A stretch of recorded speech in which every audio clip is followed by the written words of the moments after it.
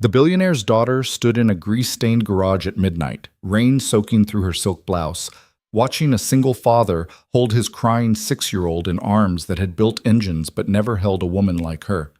"Don't come back here," he whispered, voice breaking. "You'll ruin us both." But his little girl was already reaching for Avery's hand, calling her a name she hadn't earned yet, a name that would destroy 3 lives or save them. If you're watching from anywhere in the world right now, drop a like and tell me in the comments what city you're watching from. I want to see how far this story travels tonight. Stay with me until the very end, because the truth doesn't come out until the last breath of part 5. The rain came down like it had a grudge. Miles Carter wiped his hands on a rag that had seen better decades and stared through the open bay door of Carter's auto and body, watching the parking lot turn into a shallow lake. Somewhere in the back, the old shop radio crackled through a country song about a man who'd lost everything and learned to live with it. Miles didn't much care for the lyrics, but he hadn't bothered changing the station in 3 years. Changing things required energy he didn't have. It was 9:47 on a Tuesday night in late October, and he should have been home an hour ago. "Daddy?" The voice came from the cluttered office behind him, small and thick with sleep. Miles turned, and there was Chloe, 6 years old and barefoot on the cold concrete, dragging her stuffed rabbit by one ear. Her dark hair stuck up on one side from the couch cushions. She was wearing the oversized Carter's auto hoodie he'd bought her last Christmas, the sleeves swallowing her hands. "Hey, kid!" Miles crossed the shop floor in 3 long strides and scooped her up before her feet got any colder. She weighed almost nothing. Still. He kept waiting for her to get heavy, and she kept refusing. "I told you to stay on the couch." "The rain was loud." "I know." "Are we going home yet?" Miles glanced at the Lincoln Town car sitting in Bay 2, its engine still exposed like something mid-surgery. Mrs. Patterson's car. She'd promised him cash tomorrow if he could have it ready by the morning. She was 81 years old and drove that boat of a vehicle to church, and to her sister's house in Covington and nowhere else, but she needed it running, and Miles needed the $600. 10 more minutes, baby. I promise." Chloe pressed her face into his shoulder. She smelled like the strawberry shampoo from the bathroom in back and the faint oil and metal scent that clung to everything in the shop, including, Miles suspected, his daughter's hair permanently. "Daddy?" "Yeah?" 10 minutes is what you said before." He laughed, short and tired. "You're too smart for your own good." "Miss Denton said it's good to be smart." "Miss Denton's right." He set her down on his rolling stool by his workbench and handed her a juice box from the mini-fridge that had come with the building when he'd signed the lease 4 years ago. The fridge hummed like it was having a bad time about it. Chloe stabbed the straw through the foil with practiced precision. Miles turned back to the Lincoln. He was 32 years old, and he felt 45. His shoulders had started aching when the weather turned, and his lower back hurt if he slept wrong, and the gray at his temples had shown up uninvited sometime around his 30th birthday. He used to think gray was something that happened to other men, older men who'd made different choices. But that was before Sarah. He didn't let himself think about Sarah. Not usually. Not when he was working. He'd trained himself out of it, same way he'd trained himself to wake up at 5:30 without an alarm. Same way he'd trained himself to braid Chloe's hair after watching 47 YouTube tutorials in a single weekend. Sarah was the past. Sarah had left. And Chloe was the whole damn present. He was just about to torque the last bolt when the phone rang. The shop line, not his cell. Nobody called the shop line after 9 except wrong numbers and telemarketers. Miles wiped his hands, walked to the office, and picked it up. Carter's auto. "Oh, thank God." The voice was female, young, breathless. "I'm sorry, I know you're probably closed. The sign said closed, but I tried the number on the door and my car just died. I mean, just like 2 minutes ago, it just stopped. I'm on the side of the road maybe half a mile from your place. I can see your lights. And I swear I've called 3 tow companies and they all said an hour and a half and it's pouring and my phone's at like 9%. Ma'am, slow down." She took a breath. He heard the rain through her end of the line too, tinny and desperate. "I'm sorry," she said. "I'm really sorry. Is there any way you could come look at it? I'll pay whatever, please." Miles pinched the bridge of his nose.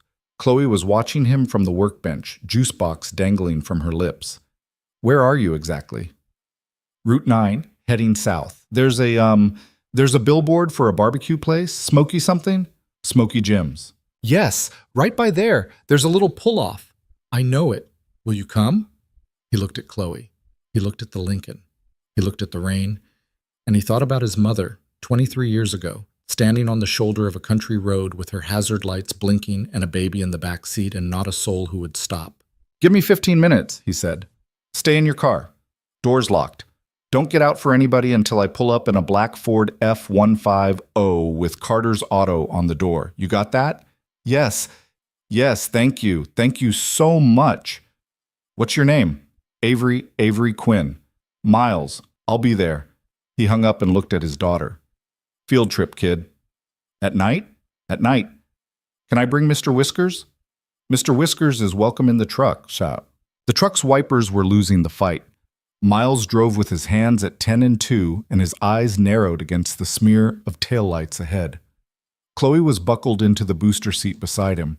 Mr. Whiskers clutched to her chest, humming the theme song to some cartoon he didn't recognize. Why does she need help, Daddy? Her car broke. Is she scared? Probably. Chloe thought about this for a moment. We should bring her a juice box. We should. She twisted around and rummaged in the back seat cooler, emerging triumphant with an apple juice. Good thinking. I know. He saw the car before he saw her. A cherry red BMW M4, newer model. One of those cars that looked like money even when it was dead. It was pulled onto the shoulder with its hazards blinking in a weak, apologetic rhythm. Miles eased the truck in behind it, left his own hazards on, and killed the engine. Stay here, he told Chloe. Lock it after I get out. Don't roll the windows down for anybody but me. Okay, Daddy. He climbed out into the rain. She saw him in her side mirror and opened the door before he reached her, stepping out into the downpour in a cream-colored silk blouse and dark jeans that were clearly not built for weather. No jacket, just long brown hair plastered to her face and eyes that were too wide and too blue for the situation. You're Miles? I'm Miles. Get back in the car, ma'am. You're going to catch your death. I'm in the car, please. She laughed, a startled little sound, and ducked back into the driver's seat. Miles followed her around to the hood and propped it up. He flicked on his work light. He knew within 30 seconds what was wrong with it. He walked back around to her window. She rolled it down. She was shivering. Alternator shot, he said. Might be the battery too, but the alternator's definitely gone. You didn't hear any whining before it quit? I mean, maybe I had the music up. You had the music up. I had a bad day at work. Yeah, well, your car had a worse one. She smiled. It was a crooked smile, a little embarrassed, and something behind Miles's sternum did a small, unhelpful thing. I can't fix it here, he said. I'll have to tow it back to my shop. I'm guessing you're not local. I'm visiting my grandmother in Ashford. I was driving back to the city tonight. Well, you're not driving to the city tonight. Not in this. Oh. You got somewhere to stay? I can get a hotel? The nearest decent one is 30 minutes out, and the not decent one is 15, and I wouldn't let my dog stay there, and I don't have a dog. She laughed again, tired and real. I'll figure it out. I always figure it out. Miles ran a hand down his face. Rain was getting in his eyes. Okay, here's what we're going to do. I'm going to winch your car up onto a flatbed. That'll take me 40 minutes once I get back to the shop and bring it here. In the meantime, you're going to sit in my truck with my daughter where it's warm and you're going to drink a juice box. Then I'm going to drive you to the Hampton off exit 14, which is the only place within 50 miles I'd put my own kid, and tomorrow morning you're going to come to my shop and we're going to figure out your car. She stared at him. You have a daughter. I have a daughter, and she's in the truck. She's in the truck. Miles, it's almost 10 o'clock. I'm aware. There was a beat. She looked at him like she was trying to work something out. Okay, she said quietly. Okay, yeah. Thank you. Don't thank me yet. My truck heater works like it's mad at me. Chloe took to Avery the way she took to ice cream and new kittens. Instantly, completely, without consulting her father on the matter. By the time Miles had gotten the BMW winched up and secured on his flatbed, by the time he'd driven Avery and Chloe back to the shop and left Avery in the heated office while he finished loading her car, Chloe had already told Avery about her first-grade teacher, her missing front tooth, her opinion on broccoli, strongly negative, And her stuffed rabbit's full backstory, complicated, involved a divorce. Miles walked into the office, wiping his hands, and caught the tail end of it. And then Mr. Whiskers said he wasn't going to be friends with the bear anymore because the bear was mean. Wow, Avery said gravely. That's a lot. I know. Avery looked up at Miles. She'd wrapped herself in one of his old flannel shirts, the red one he kept on the hook by the door, and she looked so absurdly swallowed by it that he almost laughed. Her hair was drying in dark waves. She'd taken off her wet shoes and tucked her feet under her in the chair. She looked like she belonged there. That was the thing that bothered him. Your daughter is amazing, Avery said. Yeah, I know. She says you make her pancakes shaped like letters. She's 6. She's easily impressed. Daddy, the E is hard, Chloe said. The E is really hard. The E is really hard, Miles agreed. He grabbed his keys off the desk. Hampton, let's roll. Actually, Avery stood up, still wrapped in his flannel. This is going to sound weird. Would you be willing to just let me sit in the shop while you finish your other car? I saw the Lincoln. I don't want to put you out any more than I have. I can call an Uber from here in an hour when you're done. Uber won't come out this far past 10. Then I'll call a regular cab, please. I feel terrible. I interrupted your whole night. You didn't interrupt anything, Miles said. My whole night was going to be this. He gestured vaguely at the shop. Please, let me just sit here. I'll be quiet. I won't touch anything. Chloe piped up. She can read me a story. Chloe. What? I'm tired, and she's nice. Miles looked at his daughter. He looked at Avery. He looked at the Lincoln, which still needed another 30 minutes of his attention. Fine, but you're getting paid for babysitting. Absolutely not. Then I'm not fixing your car. Miles. Avery. She laughed, and there was something in the laugh that made him look away and pretend to check his phone. He worked on the Lincoln with one ear on the office. Avery read Chloe 3 picture books, then made up a 4th one about a rabbit who opened an auto repair shop in the forest. Chloe giggled so hard at one point Miles heard it over the compressor. He didn't remember when he'd last heard her laugh like that. He tried to remember and couldn't, and something in his chest tightened uncomfortably. When he was wiping down the last socket wrench, Chloe came out carrying her shoes. Daddy, I think I'm ready for bed. Yeah, you are. Can Avery come over? She can sleep on the couch. Chloe, no. Avery's going to a hotel. But, Chloe, hotel. Avery appeared in the office doorway, holding her own shoes. The hotel is fine. I really appreciate the offer, kiddo, but your dad's right. I've already taken up too much of his night. Oh. Chloe looked at her seriously. Well, can you come back tomorrow? I have to come back tomorrow. My car is here. Oh. Chloe's face lit up. Good. Miles shook his head and grabbed his jacket. Let's go, you two. Yeah. The Hampton was exactly where he remembered it, 12 minutes away. A 3-story brick building with a tired lobby and a night clerk reading a thriller novel. Avery tried to hand Miles her credit card for the tow and the labor, and he waved her off. Tomorrow, when I give you an actual bill. Miles, I have to pay you something tonight. You don't. I don't work that way. Then at least let me... Avery? He said her name for the first time. He hadn't meant to make it sound the way it came out. Go get dry. Get some sleep. I'll call you in the morning. She looked at him for a long second. He was aware suddenly of his oil-stained hands on the steering wheel, of the gray at his temples, of Chloe asleep in the back seat with her mouth slightly open, of the fact that this woman was probably 25 years old and lived in some apartment in the city with white walls and succulents and a boyfriend named Brandon who worked in finance. Can I ask you something? She said. Sure. Are you always this nice? He almost laughed. No, ma'am, I'm really not. She smiled and climbed out of the truck. He watched her walk into the lobby in his flannel shirt. She turned once at the door and lifted a hand. He lifted his back without thinking. He drove home with the radio off. Chloe was still asleep when he carried her into the house. She mumbled something into his shoulder that sounded like Avery's nice, but might have been anything. He tucked her in, kissed her forehead, and stood in the doorway for a moment longer than usual. Then he went into the kitchen and made himself a cup of coffee he didn't need, and he stood at the counter in the dark, and he thought, very deliberately, about nothing. She came back the next morning at 9:15 in a yellow cab wearing the same jeans but a new shirt she'd clearly bought at the CVS next to the Hampton, her hair pulled back in a low ponytail. She walked into the shop like she'd been there 100 times before. "Morning." "Morning." Miles didn't look up from the engine he was working on. "Alternator came in. I'll have it done by noon." "Great, thank you."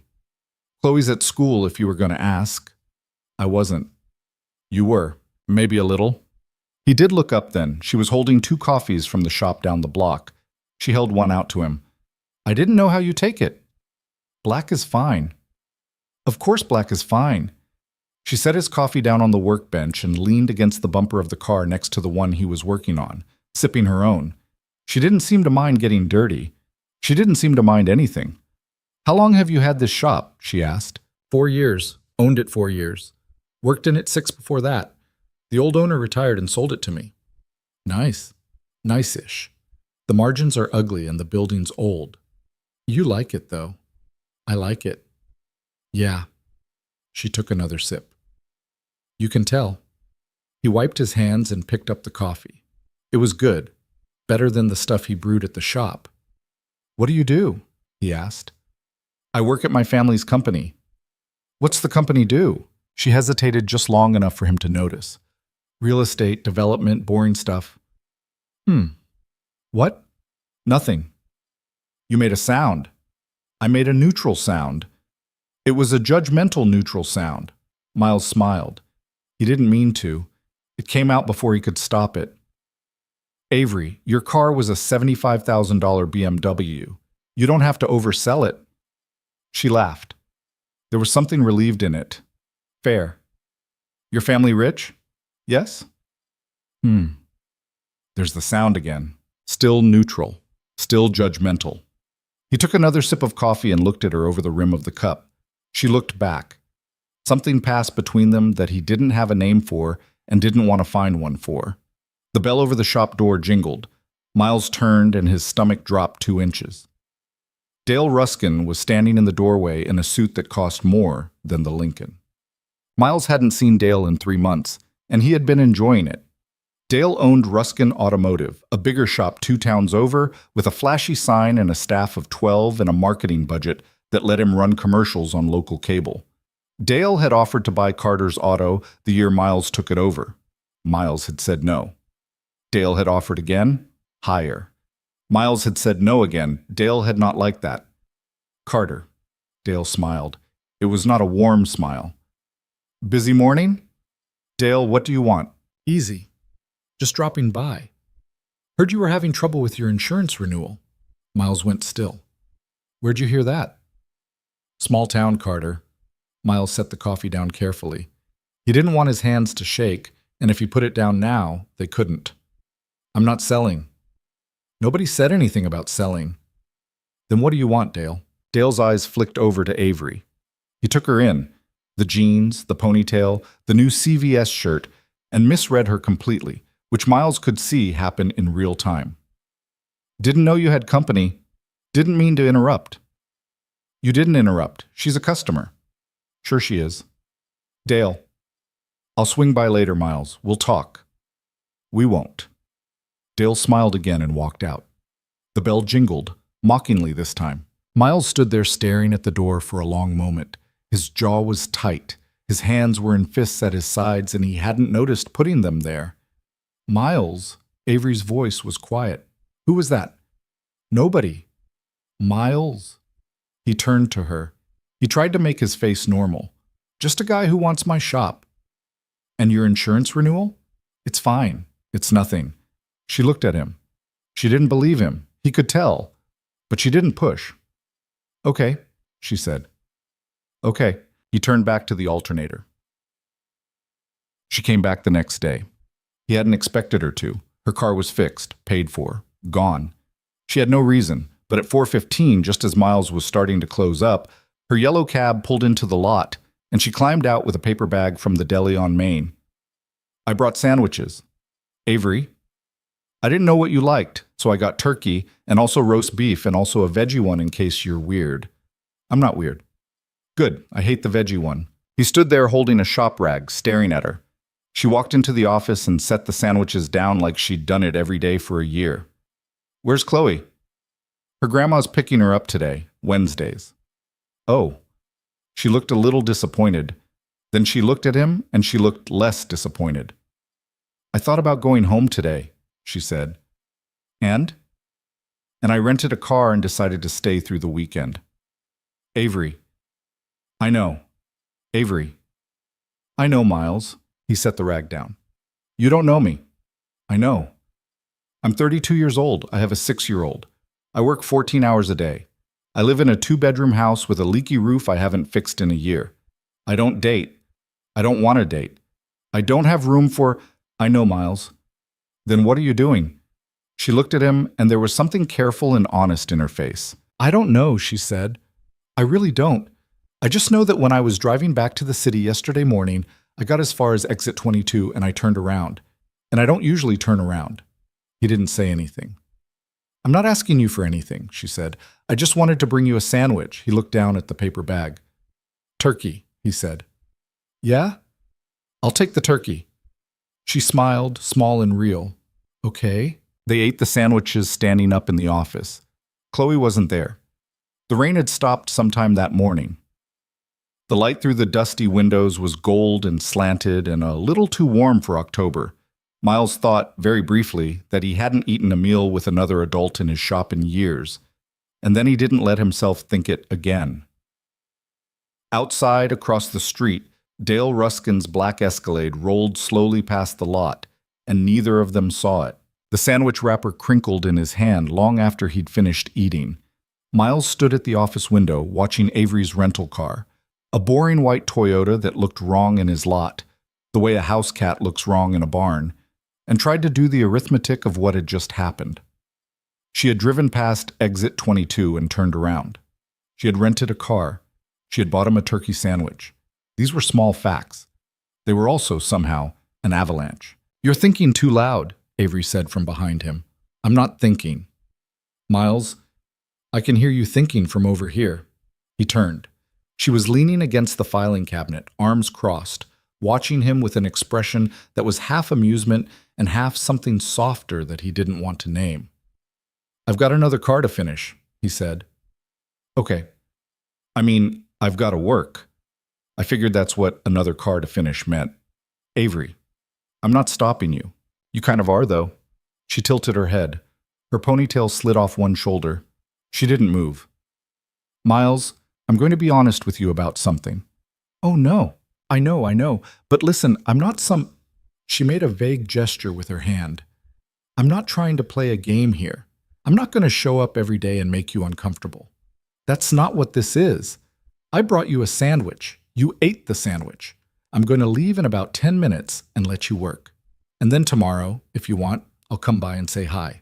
And if you don't want that, you can tell me, and I'll drive back to the city, and that'll be that. He looked at her for a long moment. You always talk this much? No. She smiled. You bring it out in me. Great. I'll leave now. You don't have to. I'm going to. She gathered her purse off the desk. At the doorway, she paused. Miles. Yeah? What you did the other night. Stopping. Bringing your daughter. Not acting like I was an idiot for standing in the rain. She adjusted the strap of her bag. You don't know how rare that is. Where I come from, nobody stops for anybody unless there's something in it for them. That's a sad place to come from. I know. She left. The bell jingled. Miles stood in the office for a minute that felt like longer, and then he went back out to the Lincoln, which Mrs. Patterson had already come and picked up, and found himself standing in an empty bay with his hands in his pockets and nothing to do with them.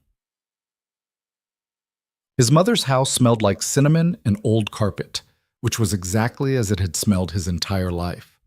Louise Carter had lived in the same 2-bedroom ranch on the edge of town since 1989, and she saw no reason to change anything about it except the curtains, which she rotated through 4 seasonal sets that Miles could not have described under threat of death. She fell asleep doing homework, Louise said, meeting him at the door.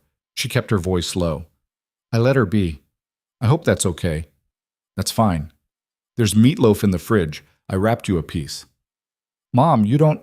Miles Patrick Carter, if you tell me I don't have to feed my son one more time, I'm going to hit you with a spoon. Yes, ma'am. She led him down the hall. Chloe was asleep on the floor of the guest room, curled up on the rug with a math worksheet under her cheek and 3 markers rolled against her leg.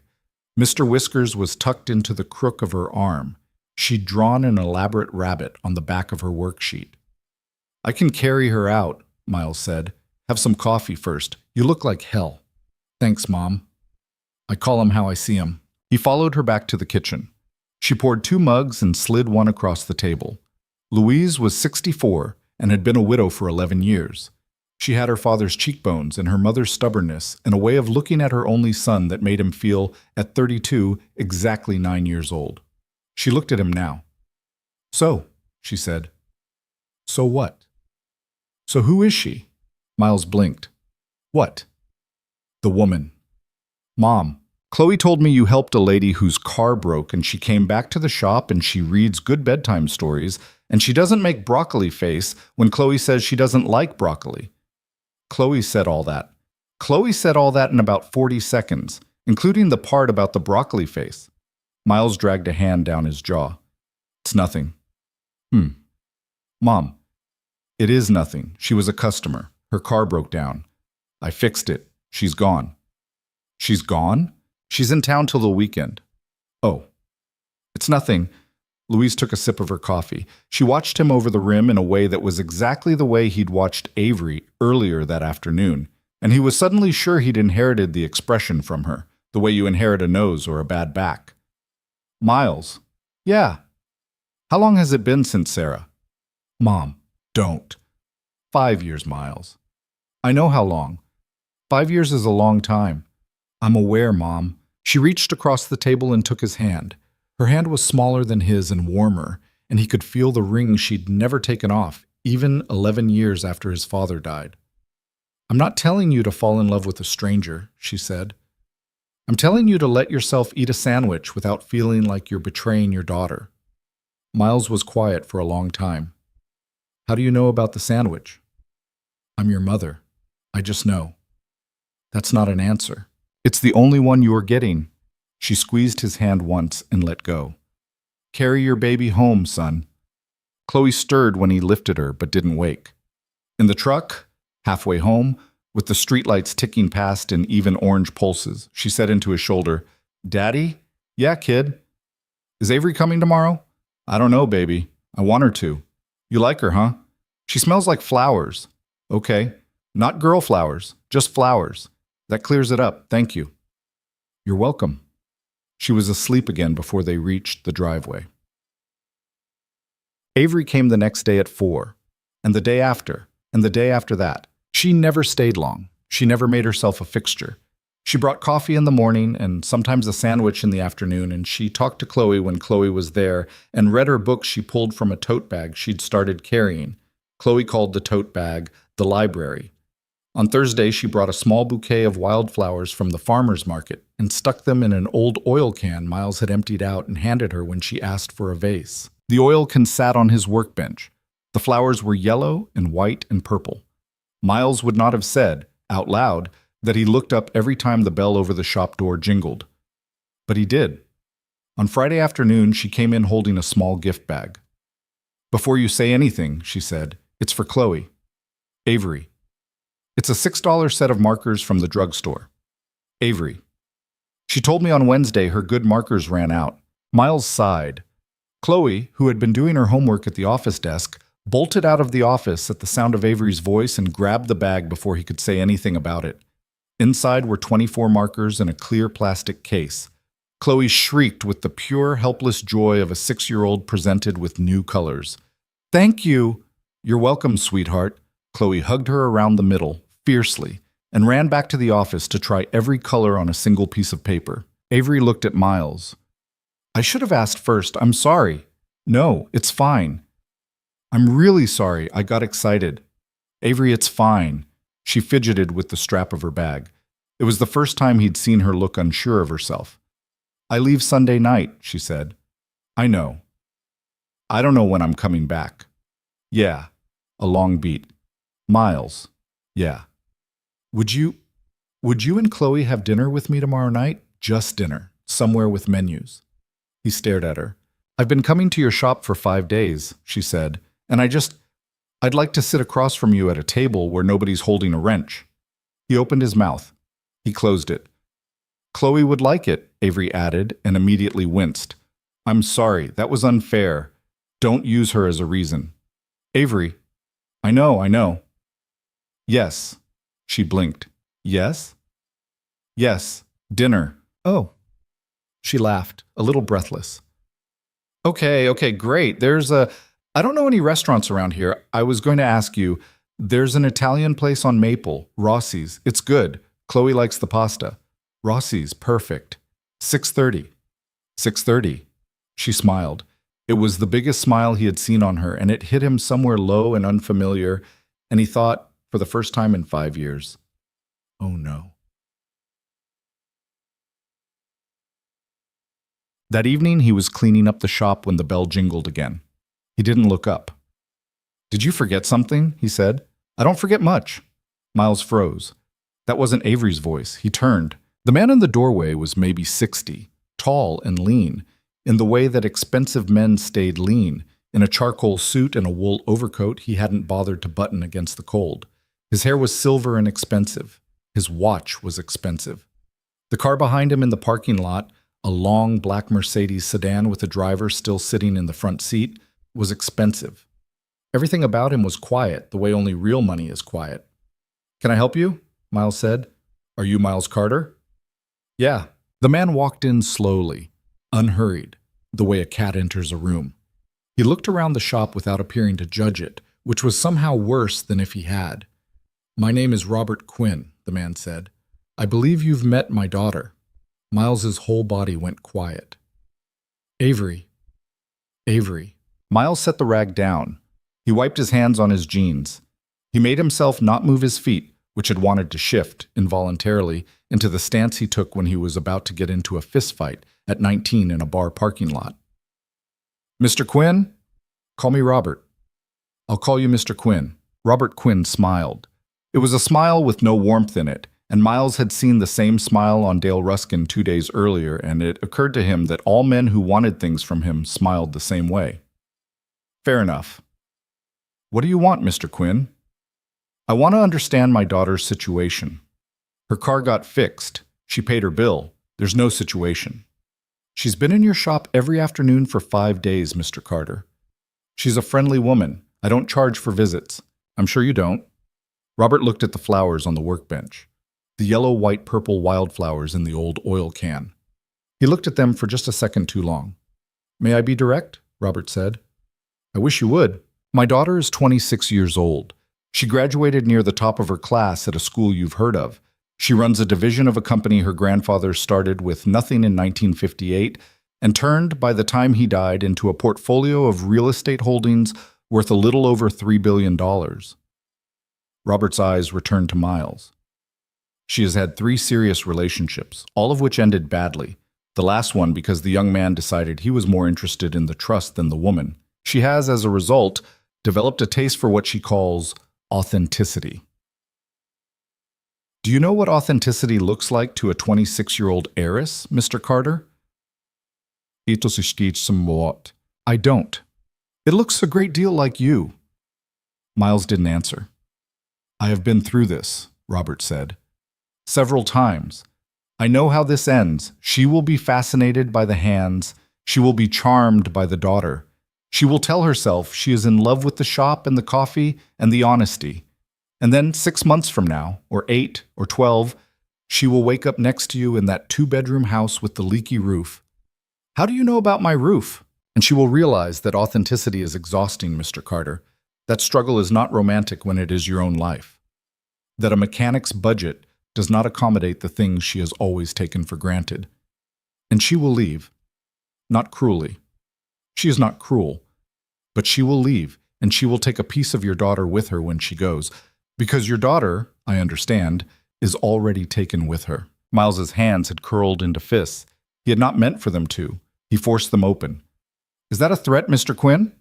No, Mr. Carter. It is a mercy. I am telling you how this story ends so that you can choose not to write the middle. You don't know me. I know enough. You don't know your daughter either, apparently. Excuse me? You just told me a whole story about her like she's a character in your book. She's a person. She gets to decide who she spends time with. She is my daughter.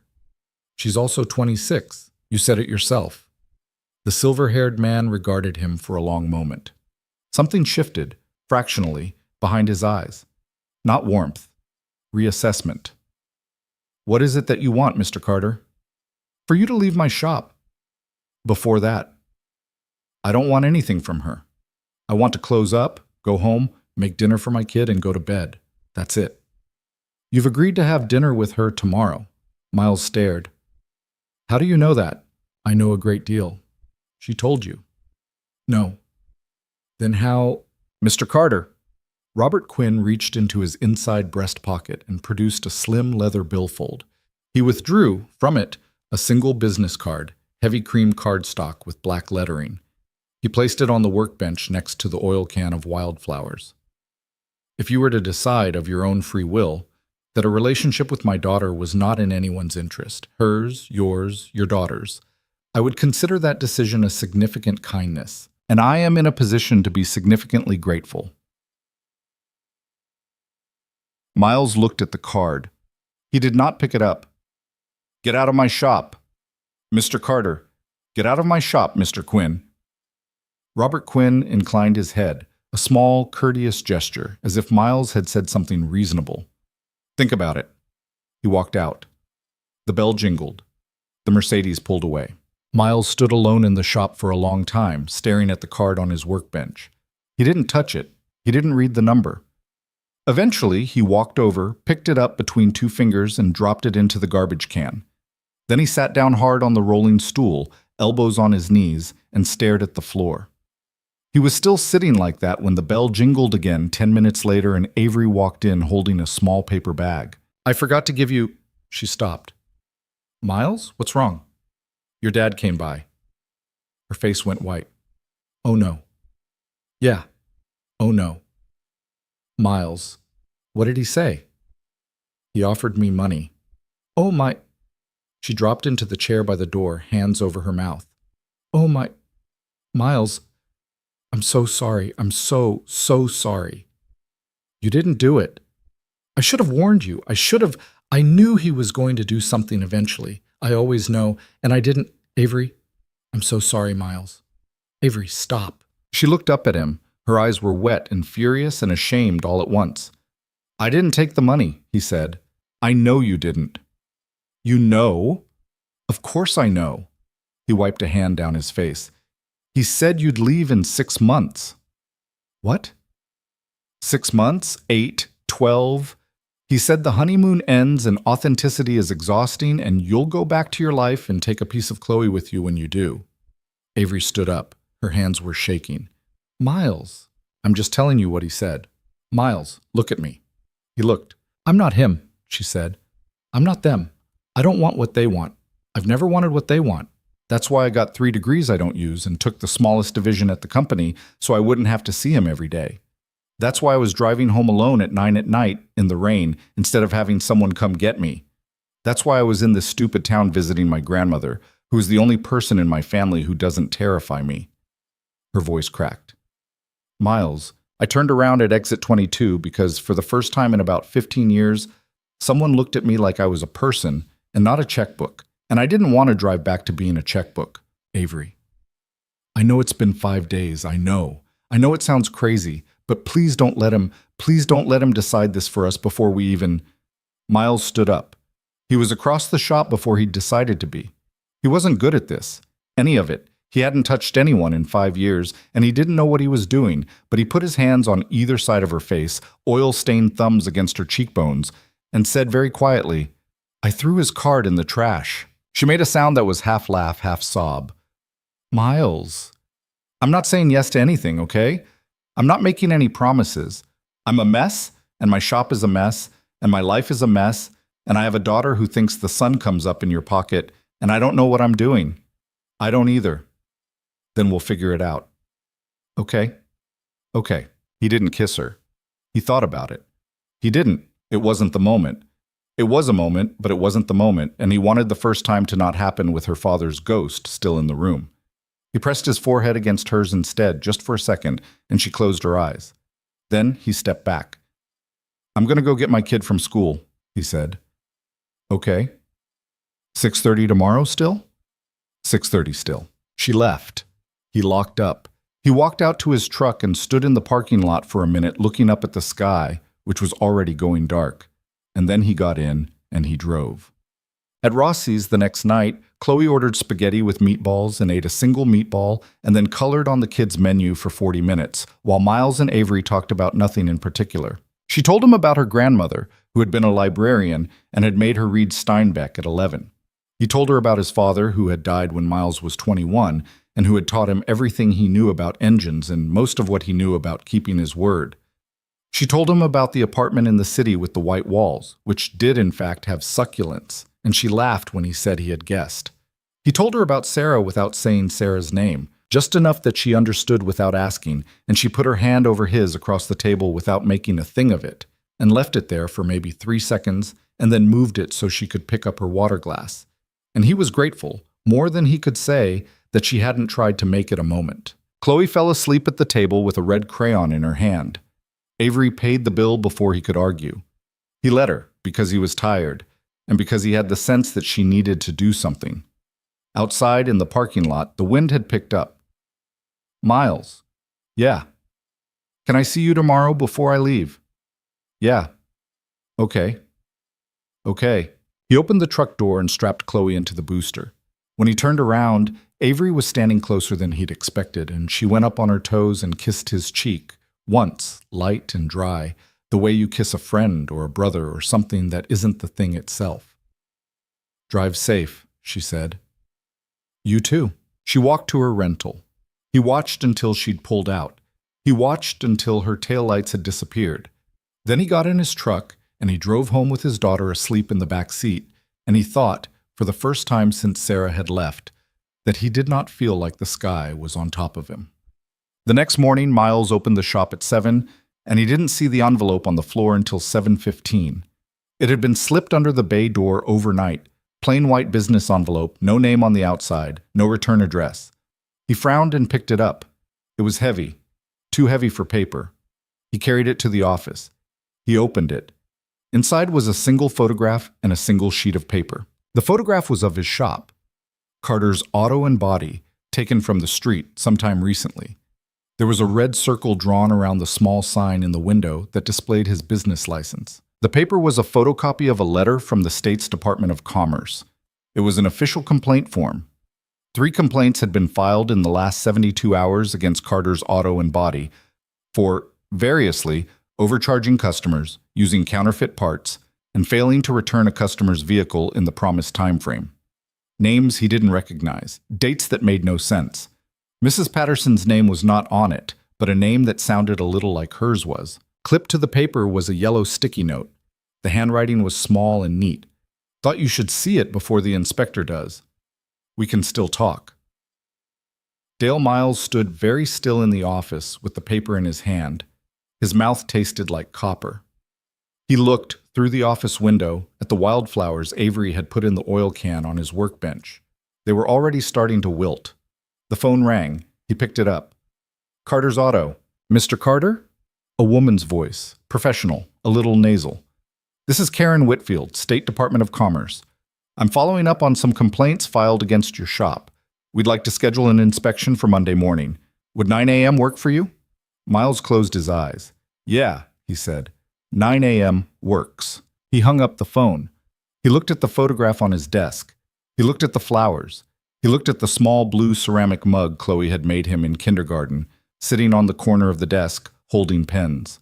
And somewhere, in the back of his head, Robert Quinn's quiet voice said, "Struggle is not romantic when it is your own life." Miles crumpled the photograph in his fist. The photograph fit in his fist the way bad news always did, which was perfectly. Miles sat down hard in the office chair and dropped the crumpled paper on the desk. His hands were shaking. He didn't want them to be shaking, but he also didn't have the energy to argue with them. He pressed both palms flat against the desktop and stared at the wood grain like it might tell him something he needed to know. 3 complaints. 72 hours. An inspection on Monday morning. He did math in his head, the ugly kind. the kind that had nothing to do with engines. If the Department of Commerce opened a file on him, his insurance carrier would hear about it within a week. If his insurance carrier heard about it, they'd either drop him or hike the premium to something that looked like rent. Either way, he couldn't operate. Without operating, he couldn't pay the mortgage on the shop building, which he'd leveraged to buy from the old owner. Without the mortgage, the bank would take the building. Without the building, he was a 32-year-old mechanic with a 6-year-old kid and no savings, in a rented house with a leaky roof. He could see the whole thing play out in about 11 seconds. The phone rang again. He didn't pick it up. The answering machine, an ancient cassette tape model he'd never bothered replacing, clicked on, and a man's voice, somebody he half recognized from the Chamber of Commerce, said something about rescheduling a meeting.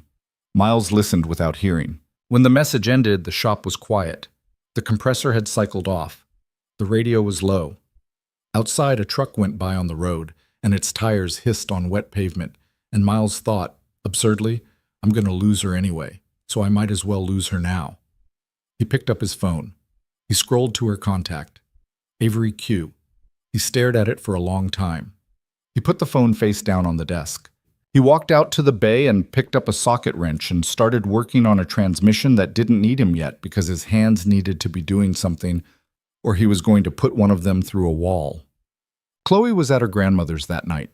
Saturday night meant Louise took her to the diner on 5th and let her order a milkshake, and the two of them played 7 games of checkers on the napkin-checkered tablecloths while Louise pretended not to see Chloe cheat. It was a tradition, it was sacred, and Miles was glad for it tonight because it meant he didn't have to look at his daughter's face while he talked himself into what he was about to do. He drove to the Hampton. Avery opened the door in jeans and a t-shirt and bare feet, hair still damp from a shower, and her face did a small, complicated thing when she saw him. Surprise first, then pleasure, then concern, in the space of about 2 seconds. Miles, I was just going to... What's wrong? Can I come in? Of course you can come in. He came in. The room was small and clean and smelled faintly like her shampoo. A small suitcase was open on the luggage rack, half packed. She'd been getting ready to leave. You want water? She said. I have Avery. Or, Avery, stop. She stopped. She looked at him. She knew, somehow, already. Oh no. Yeah. Miles. I can't do this. She sat down on the edge of the bed. She did it slowly, like her legs had gone. Okay, she said quietly. Okay. Talk to me. Your dad was right. Miles. Not about you. Not about what he said, about the shitstorm, He pushed both hands into his hair. Avery, somebody dropped an envelope under my bay door last night. 3 complaints filed against my shop. State inspection Monday morning. Fake names, fake charges. It's a setup. Dale Ruskin, the guy who came in the other day, he's been trying to force me out for a year and a half, and he finally found a way to... Miles. To ruin me. Like actually ruin me. And Miles, slow down. I don't have time to slow down, Avery. I have until Monday morning to figure out how to defend a shop that hasn't done anything wrong against people who've been paid to say it did. And if I lose everything. The shop, the house, all of it. And he stopped. He had to stop. His voice was going somewhere he didn't want it to go. And, Avery said, and I don't have room for anything else. Not right now. Not even you. She was quiet for a long time. When she spoke, her voice was careful and steady. Miles, let me help. No. Miles. No, Avery. I have resources. I have lawyers. That's exactly why no. What? He sat down in the chair by the desk. He couldn't stand anymore. Avery, if you come in and save me, this doesn't work. Ever. Not next month, not next year, not ever. Because every single time something goes wrong for the rest of our lives, I'm going to be the guy whose rich girlfriend bailed him out. And I'm going to know it, and you're going to know it, and eventually Chloe's going to know it. And that's not a life. That's a novelty show that ends in a divorce. Miles, that's not... It is. It absolutely is. Your dad knew exactly what he was doing when he came to my shop, Avery. He knew exactly what to say. And I threw his card in the trash, and I meant it. But the problem isn't your dad. The problem is me. The problem is I'm in a hole right now that is too deep to climb out of with somebody else's ladder. I gotta climb it with my own hands, or it doesn't count. Why does it have to count? Because I have a kid, Avery. Because I have to look at her every morning and know I earned what I earned. Because the day she's 16 and something goes sideways in her life, I want her to know her dad figured it out.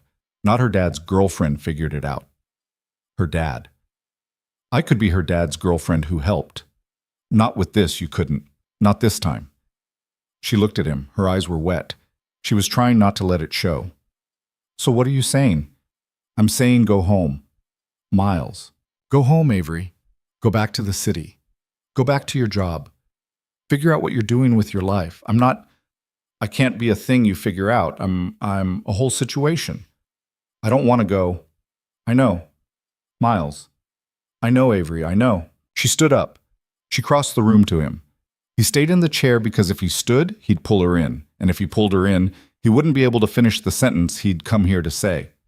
So he stayed seated, and she stood in front of him with her arms wrapped around herself. Tell me you don't feel it, she said quietly. Don't do that.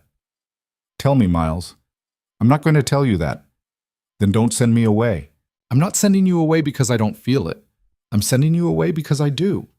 That doesn't even... I know it doesn't. I know. He stood up then. He couldn't help it. He put a hand on the side of her face, and she leaned into it, and he could feel the wet of her tears on his oil-stained thumb. You deserve someone who can give you a whole person, he said. Right now I'm not a whole person. I'm a guy with a shop that's about to go under and a daughter who needs me and no room for anything else.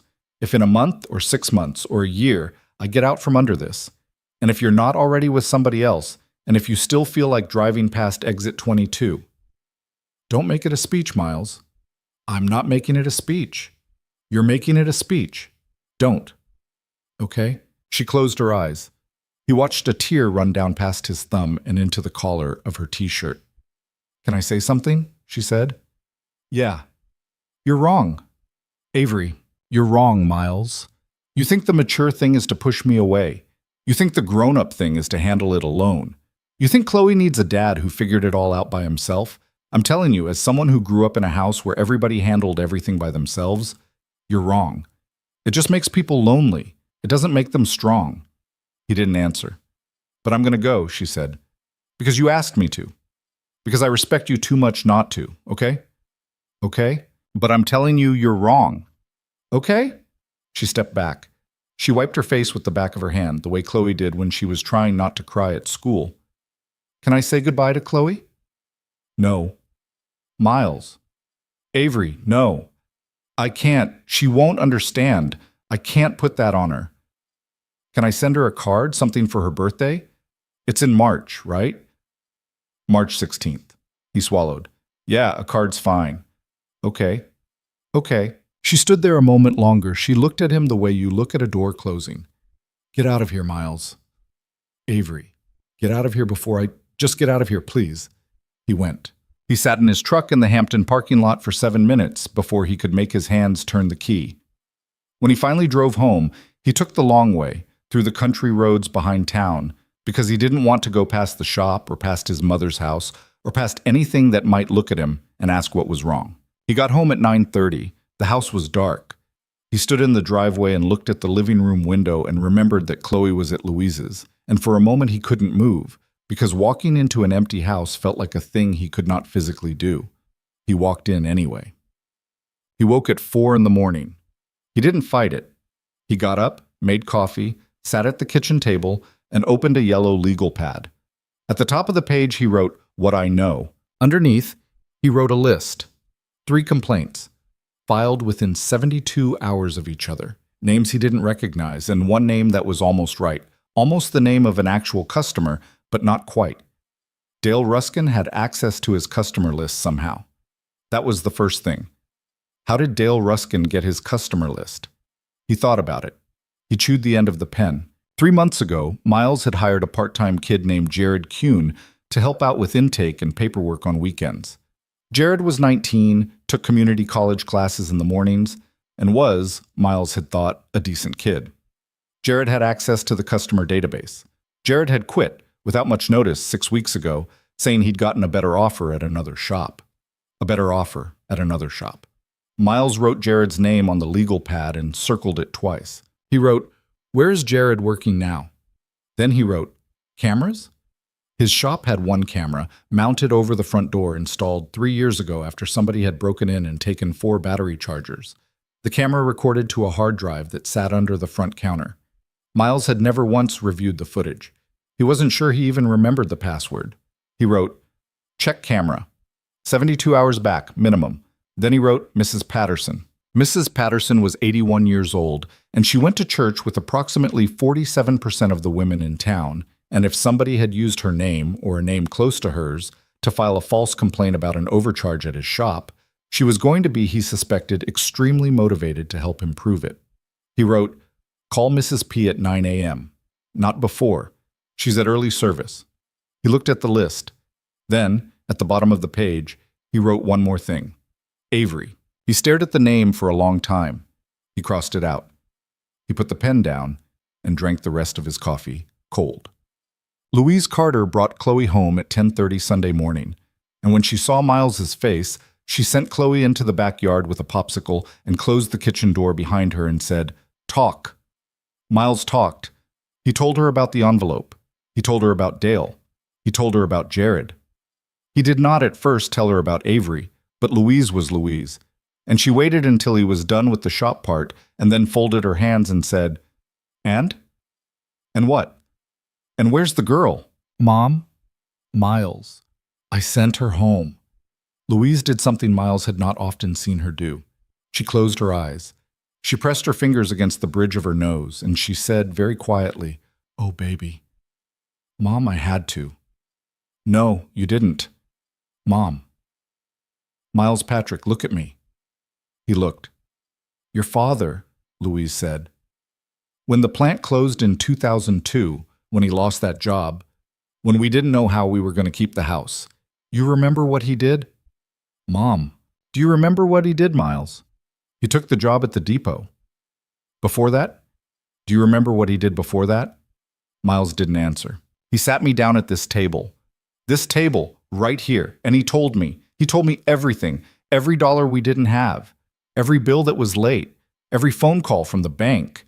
He told me because he knew, and this is the thing I need you to hear, son, he knew that the worst thing you can do to somebody who loves you is not tell them. The worst thing is not asking for help. The worst thing is deciding all by yourself in your own head that they can't handle it, because that's not protecting them. That's just being a coward with good PR." "Mom, I'm not done." "Okay. You are not your father, Miles. You've got good of him in you, and you've got some of my stubborn in you, which isn't a gift, I'll tell you that. But one thing you have got, that you came by honest from both of us, is this idea that loving somebody means handling everything alone so they don't have to worry. And it is the stupidest idea in our whole family, and I am telling you right now, if you sent that girl home because you wanted to protect her, you have made the exact same mistake your daddy almost made in 2002. The only reason he didn't was because I didn't let him."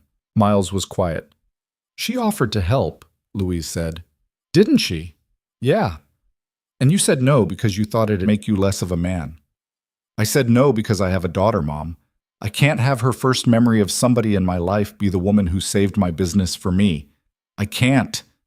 Louise reached across the table and took his hand. "Son, that girl is not going to save your business. You are. You are going to save your business because you are your father's son and you've got a customer list 600 names deep of people who love you and you're going to go win Monday. But sitting at a kitchen table with somebody who loves you and saying, 'I'm scared,' that is not being saved. That is just being loved, and those are not the same thing." Miles didn't trust himself to speak for a moment. "She's on a train back to the city," he said finally. "Is she?" "Yeah." "You got her number?"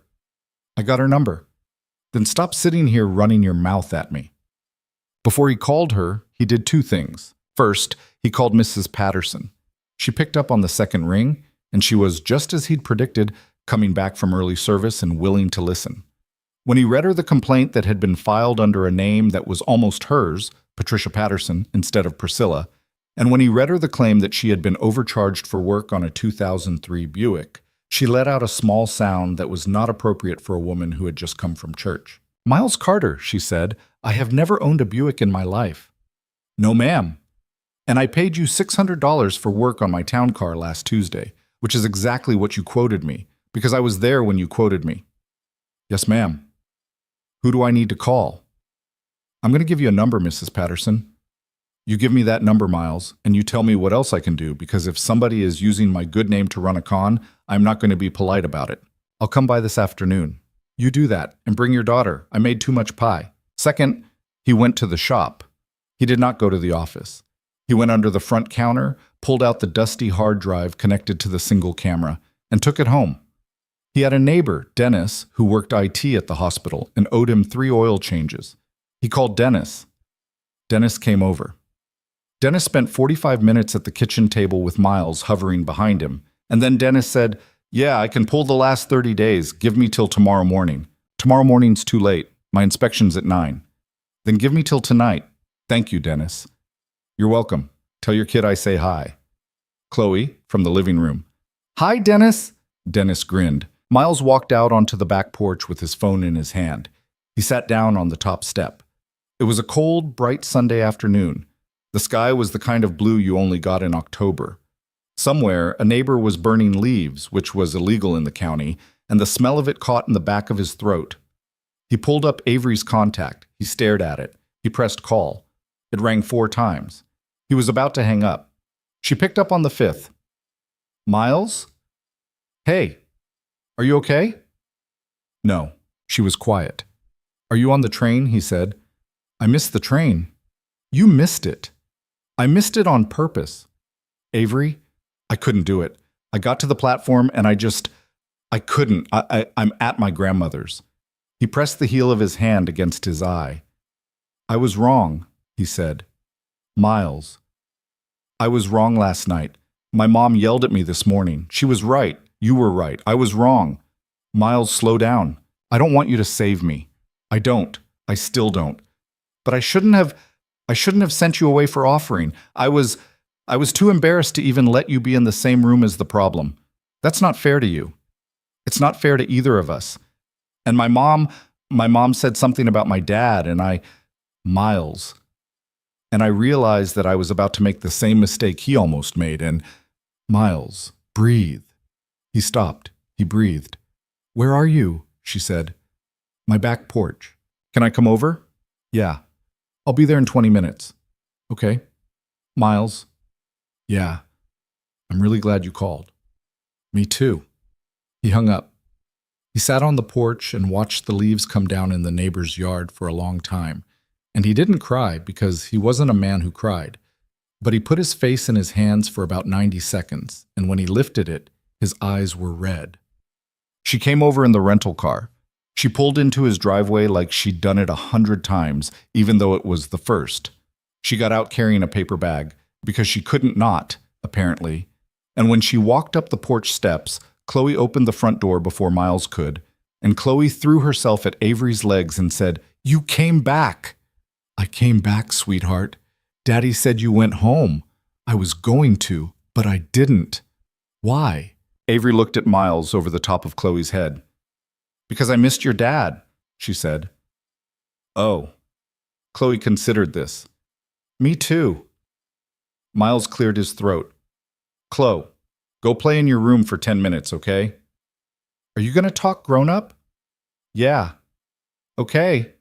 Chloe hugged Avery one more time, fiercely, and ran inside. I'm going to my room. Got it, kid. Avery stepped into the doorway. She looked for a second at the inside of his house, the small living room with the second-hand couch, the kids' books stacked on the coffee table, the crayon drawings taped crooked to the fridge through the kitchen doorway. And he watched her take it in, and he waited for her to look different, or to flinch, or to try to hide something in her face. She didn't. It's nice, she said. It's not nice. It's lived in. That's a real estate word. I know. Sorry. He laughed for the first time in about 36 hours. It was short and rusty and genuine. Come in, he said. I'll make coffee. She sat at his kitchen table with her hands around a mug, and he told her everything he hadn't told her the night before. He told her about Jared. He told her about the camera footage Dennis was pulling. He told her about Mrs. Patterson and the pie. He told her about the inspection Monday morning and what he planned to say and what he planned to bring, the real customer list, the real invoices, the real numbers, the real misses. Patterson with her real town car and her real willingness to raise hell on his behalf in front of a state inspector. She listened without interrupting.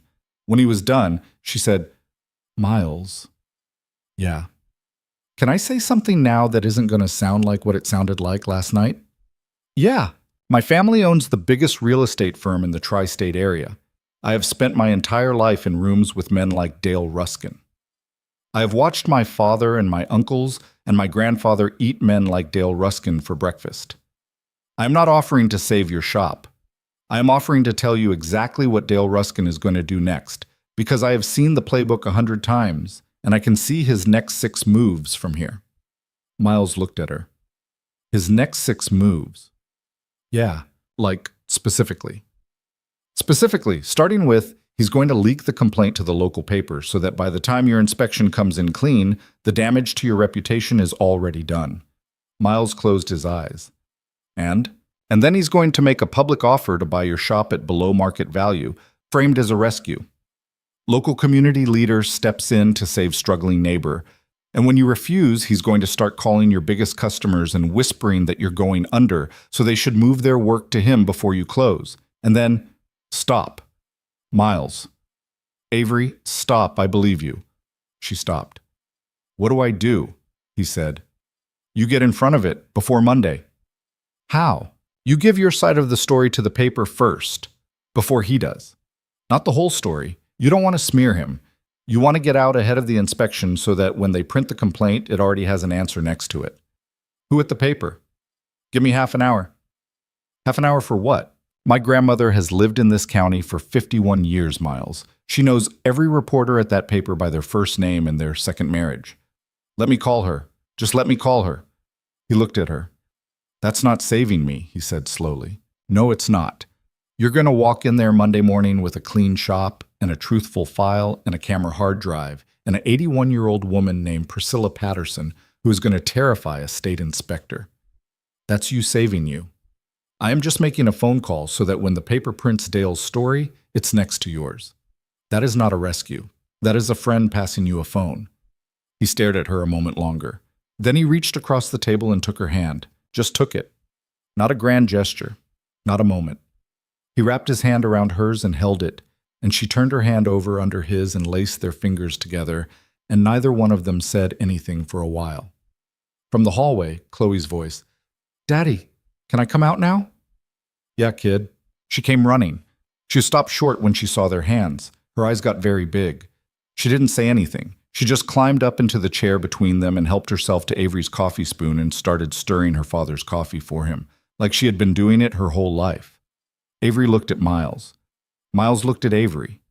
He didn't let go of her hand. Outside, across town, at Ruskin Automotive, Dale Ruskin stood in his office window and watched his service manager load a van with something that was not a transmission. And somewhere in the city, Robert Quinn sat down at his desk and picked up his phone because his daughter had just sent him a text message that contained only 3 words. "Back off, Dad." Robert Quinn read the text 3 times before he put the phone down. "Back off, Dad." He sat at his desk in the study of the house in Greenwich, the one his wife had decorated 12 years ago and died in 6 years ago. And he looked at the 3 words, and he did something he had not done in a very long time. He sat there and did nothing at all. He did not pick up the phone and call his assistant. He did not open his laptop and forward the message to his lawyer. He did not begin, immediately, the quiet campaign of phone calls and nudges and implied favors that had been his instinctive response to every complication in his life since 1988. He just sat there.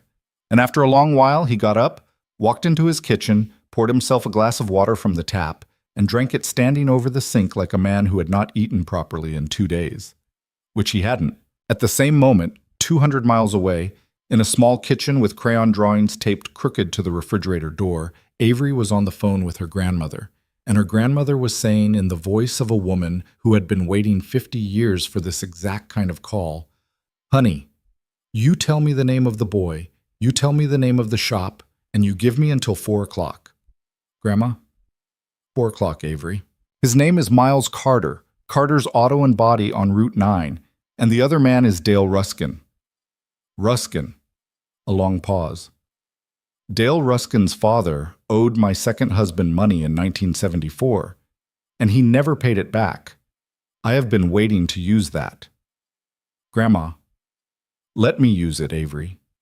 Please use it. She hung up. Miles was watching her from across the table, a look on his face that she didn't quite know how to read, somewhere between gratitude and something smaller and more embarrassed. Your grandmother, he said. My grandmother. What did Dale's dad do to her husband in 1974? I don't actually know. I'm a little afraid to ask. Okay. Chloe, still sitting between them, was now using the coffee spoon to conduct an invisible orchestra. She'd lost interest in the adult conversation the way 6-year-olds lose interest in everything that doesn't involve them directly. Miles reached over and smoothed her hair without looking at her, the gesture automatic, worn in, and Avery watched him do it and felt something shift very quietly in her chest. The phone on the table buzzed. Miles picked it up. Dennis. Miles, you need to come see this. Right now? Right now. I see it. Dennis's kitchen looked like a garage sale that had learned to read. Stacks of computer parts on every surface, a soldering iron still warm on a metal tray, 3 monitors going at once. And Dennis himself, a heavy-set man of 50 with a graying beard and glasses repaired at the bridge, with a piece of solder, sitting in his rolling chair with a plate of Triscuits balanced on his knee. Sit down, Dennis said. Miles sat. Avery stood behind him, arms crossed. 30 days of footage, Dennis said. Camera only catches the area by the front counter, but that's plenty. Watch. He tapped a key. The middle monitor lit up with grainy black and white video of Miles's shop, time-stamped 3 weeks ago. They watched for a second. Nothing. Miles at the counter ringing up a customer. Keep watching, Dennis said. He scrubbed forward. Timestamps flicked past. The shop, empty at night. The shop, open in the morning. Miles moving around. Jared moving around. Jared on a weekend, alone, leaning over the counter and photographing the pages of the appointment book with his cell phone. Miles went very still. Keep watching, Dennis said. More footage. Another day. Jared again, in the office this time, the camera just barely catching the reflection of him through the open doorway. He was at Miles's computer. Then, another day. Jared with a USB drive, plugging it in, waiting, unplugging it, putting it back in his pocket. 2 different Saturdays, Dennis said. Both times he was supposed to be closing up. Both times you were out. And if you think that's the good part, I've got more. This is from a week ago. He's not even supposed to work here anymore, right? He quit 6 weeks ago. Yeah. Dennis tapped a key. New footage. Timestamp 9 days ago. The shop. After hours. Dark. The front door opening. A man entering. He was wearing a hoodie, but when he turned toward the counter, the camera caught his face clean. Jared. With his own key. You gave him a key? Avery said. Yeah, 3 months ago when I hired him. Miles pressed a hand to his forehead. I never got it back when he quit. I didn't even think about it. I changed the alarm code, but not the lock. He's not setting off the alarm, Dennis said, because he knows the old code and you never rearmed. Watch. On screen, Jared walked calmly around the counter, opened the filing cabinet, and photographed documents. Then he pulled 3 blank invoice sheets from the top of the stack, pre-printed, Miles's logo on them, and folded them into his hoodie pocket, and walked out. Miles sat back. Those are my invoices.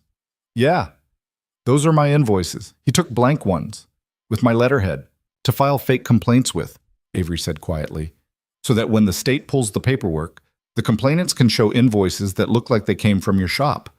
Dennis pointed at her. She got it. Miles stared at the screen. The anger in him was not hot. It was cold. It was the kind of anger that did not get you in trouble because it did not make you say anything. It just sat inside you like a second spine. Dennis, he said, how much of this can you give me on a flash drive by tonight? All of it. All of it. Give me 90 minutes. Thank you, Dennis. You're welcome. Dennis looked at Avery. Nice to meet you, by the way. I'm Dennis. Avery? You the one who stayed? I'm the one who stayed. Good. Miles needs somebody who stays. Miles stood up. Dennis? I call him how I see him. Fine. They drove back to Miles's house in silence. He parked the truck. He sat with his hands on the wheel for a minute before he got out. Miles. I'm okay. Miles. I'm okay, Avery. I hired that kid. I trusted him. He sat at my kitchen table one time for Thanksgiving because he said his mom was working a double, and Miles. I told him a story about my dad while I passed him the potatoes. She didn't say anything, she just put her hand on the back of his neck, and she left it there, and he closed his eyes for a second. I know what I have to do, he said finally. Okay. I don't want to do it, but I know I have to do it. What? I have to call Jared. Miles, no. You call the police. You don't. I'm going to call the police, but first, I'm going to call Jared. Because whatever Dale offered him, I want to look him in the eye and tell him I know. And I want him to know I know before the police do. Because he's 19, Avery. He's a stupid kid who got bought. And if I call the cops first, he goes away for 3 years and his mom ends up with nothing and his life is over. If I call him first, maybe, he flips. He testifies. He gives up Dale. And he doesn't spend the next 3 years of his life becoming the thing the system will make him into. Avery looked at him for a long time. Miles Carter, she said. What? You're a better man than my entire family combined. Avery, I'm not making a joke. I know. She shook her head. Call him. Jared Kuhn picked up on the fourth ring. His voice was young and flat and not yet awake, even though it was after 3 in the afternoon because 19-year-olds slept like they were storing it for winter. Miles? Hey, Jared? A long pause. Hey, Mr. Carter. You got a minute? Yeah. Where are you? At home. Can I come by? An even longer pause. Mr. Carter, Jared, I've got video of you in my shop 9 nights ago at 10:47 p.m. with a key I forgot to ask for and a USB drive in your pocket, taking pictures of my invoice book. I've got 3 fake complaints filed against me at the state, and the names on 2 of them are names from my customer list. I know what's going on. I'm not calling the cops yet. I'm calling you first. I'm 32 years old, and I'm not mad at you. I'm asking you, as a man who has been a 19-year-old idiot once in his life, to let me come over and talk to you before this gets bigger than you can get out of. The pause this time was very, very long. When Jared finally spoke, his voice had changed. It was smaller. My mom's not home. I'll come alone. Mr. Carter. Yeah. I didn't want to do it. I know. He gave me $5,000. Jared. My mom's insurance didn't cover her surgery and Jared, I'm coming over.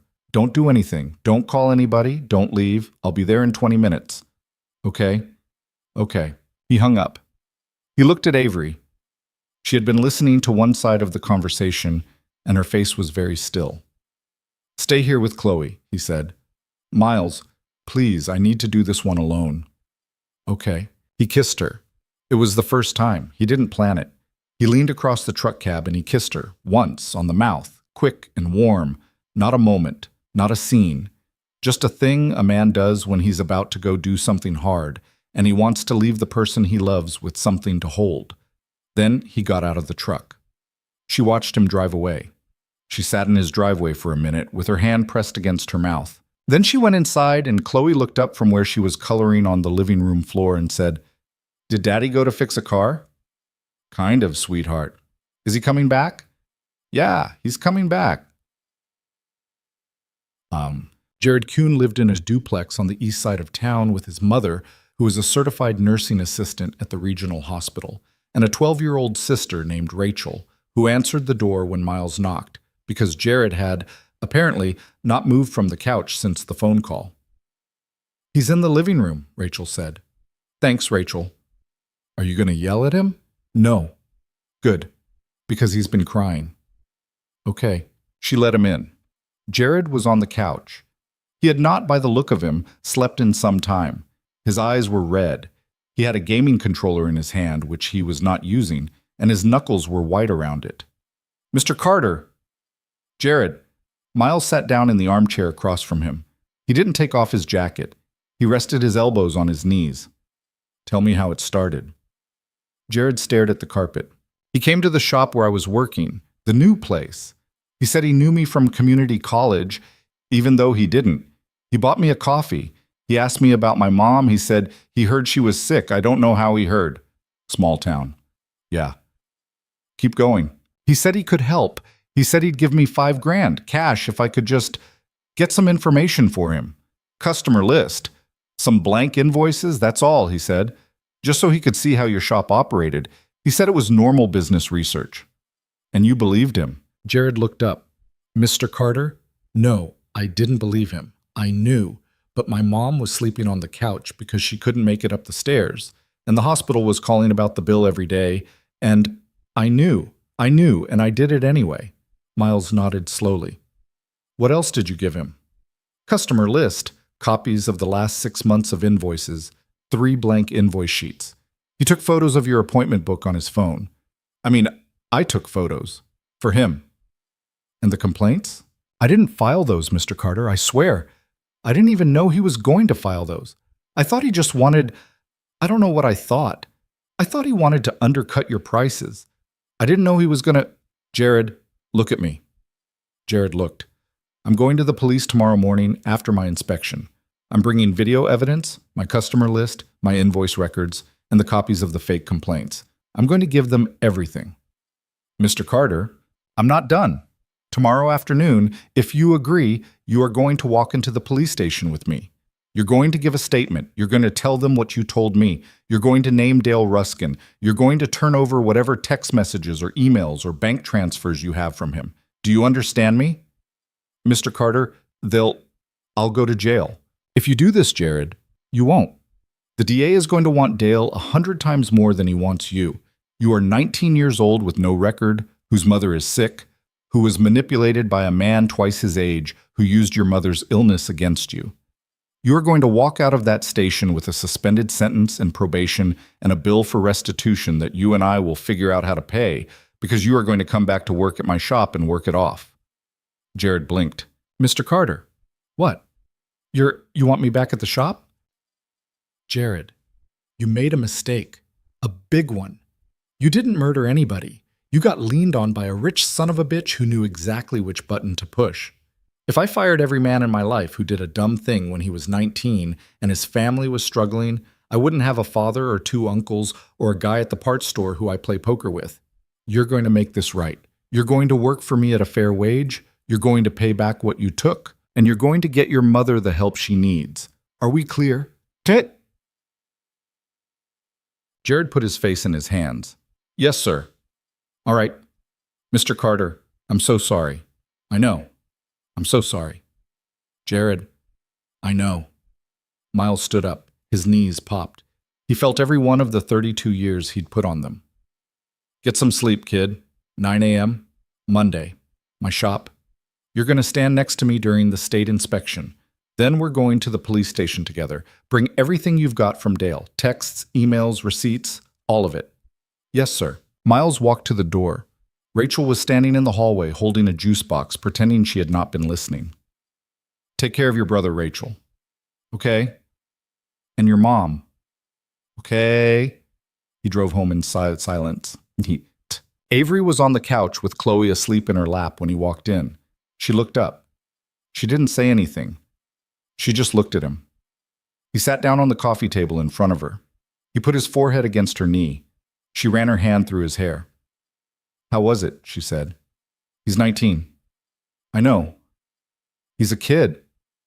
"I know, Miles." "His mom's sick." "Okay." "I told him to come to the shop Monday." "Okay." "I think we're going to win." "I know we are." He lifted his head. He looked at her. He looked at his daughter asleep in her arms, Mr. Whiskers smashed between them, Chloe's mouth open, one sock missing. "Avery?" "Yeah." "I'm in love with you." She didn't answer for a second. Then she smiled. It was small and real and crooked.